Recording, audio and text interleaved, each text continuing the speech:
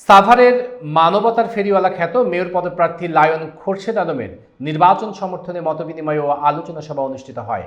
বিস্তারিত থাকছে মোজাম্মেল হোসেনের প্রতিবেদনে। বিশিষ্ট ব্যবসায়ী ও সমাজসেবক আবু সিদ্দিকের সভাপতিত্বে প্রধান অতিথি হিসেবে উপস্থিত ছিলেন ঢাকা জেলা বিএনপির সাবেক যুগ্ম সাধারণ সম্পাদক মানবতার ফেরিওয়ালা লায়ন খোরশেদ আলম।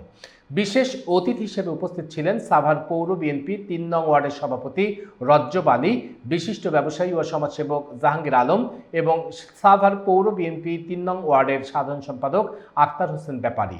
সার্বিক তত্ত্বাবধানে ছিলেন সাভার পৌর বিএনপি ৩ নং ওয়ার্ডের সাংগঠনিক সম্পাদক কোহিনুর রহমান করিম। আয়োজনে জাফর ইকবাল সহ সাভার পৌরসভার সর্বস্তরের জনগণ উপস্থিত ছিলেন। দুপুরবেলা থেকেই সাভার পৌরসভার বিভিন্ন ওয়ার্ড থেকে স্রোতের মতো মানুষ আসতে থাকে। বেলা ৩টার সময় মাঠ কানায় কানায় পরিপূর্ণ হয়ে যায়।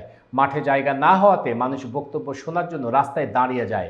প্রধান অতিথির বক্তব্যে মানবতার ফেরিওয়ালা খ্যাত লায়ন খোরশেদ আলম বলেন, দীর্ঘ ১৭ বছর ফ্যাসিস্ট আওয়ামী লীগের বিরুদ্ধে যুদ্ধ করে ৫ই আগস্টের পর আমরা নতুন করে স্বাধীনতা পেয়েছি। সাভারের মানুষ আমাকে ভালোবাসে এবং আমিও সাভারবাসীকে ভালোবাসি। আপনারা আমার পাশে থাকলে আমি সাভার থেকে মাদক এবং সন্ত্রাস নির্মূল করে ছাড়ব। এটা আমি আপনাদের সামনে আজ ওয়াদা করে গেলাম। আপনাদের সন্তানরা যদি মাদকসেবী হয়ে থাকে তাহলে রিহার্বে ভর্তি করান, যত টাকা লাগে আমি দিব।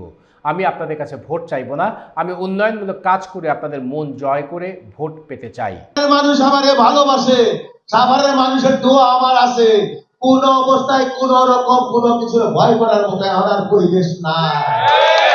আপনাদের কাছে আমি একেবারে ঘোষণা দিলাম, আমি যদি কাজ কইরা আমার কাজ দিয়া আপনাকে মন জয় কইরাই আমি আপনাকে ভোট দিতে চাই।